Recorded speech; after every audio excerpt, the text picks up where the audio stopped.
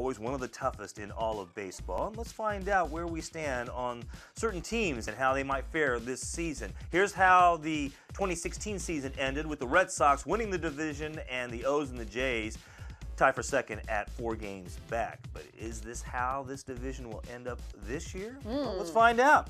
Let's begin, as we have done so far with every division, the team that we believe will surprise us. And that doesn't necessarily mean they're going to come all the way back and win, not go from worst to first. Just a team that's going to make some improvements.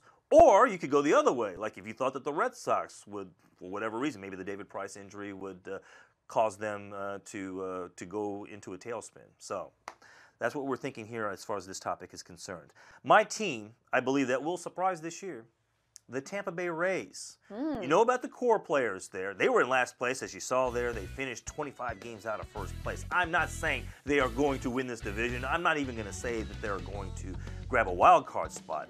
I just believe that they are going to be able to improve from their 68-win season from a year ago. And I think a reasonable finish would be right around 500, and I would think it would be above 500. That's where I'm shooting for here for this team, and making a step toward getting back toward the top of that division here in the next couple of years. But you know about Longoria. Kevin Kiermaier is the best center fielder defensively in baseball, I believe, and I know some people who support Mike Trout would probably argue otherwise, or maybe even Kevin Pillar up in Toronto, but I think Kevin Kiermaier, as far as defense is concerned, is the best. And then you have Chris Archer. You know about those kids and those guys. Brad Miller came on strong in the second half with some of his power shows.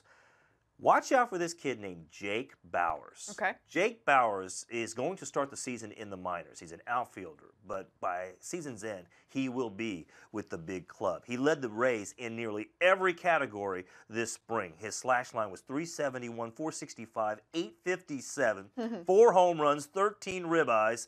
And Kevin Kiermaier tweeted, those of you who follow him, tweeted not too long ago, "To all the baseball fans out there, remember the name Jake Bauers. Dude is an absolute stud. Show hair, show swing, very impressive." So watch out for him, and watch out for the Tampa Bay Rays. I love that.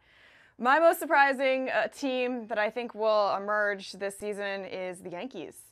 These baby bombers are going to come on strong, and people laugh, you know, when they say, oh, they're not the Yankees of old, they don't have these superstars anymore. That's a positive thing, because you got guys like Greg Bird, who is now the everyday first baseman, who is going to be outstanding.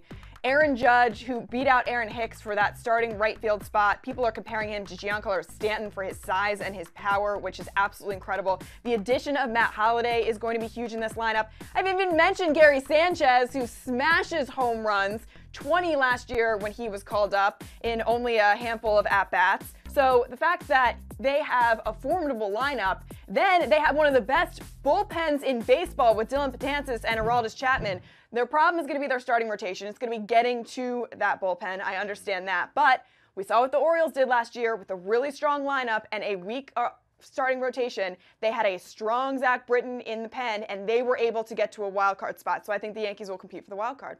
All right.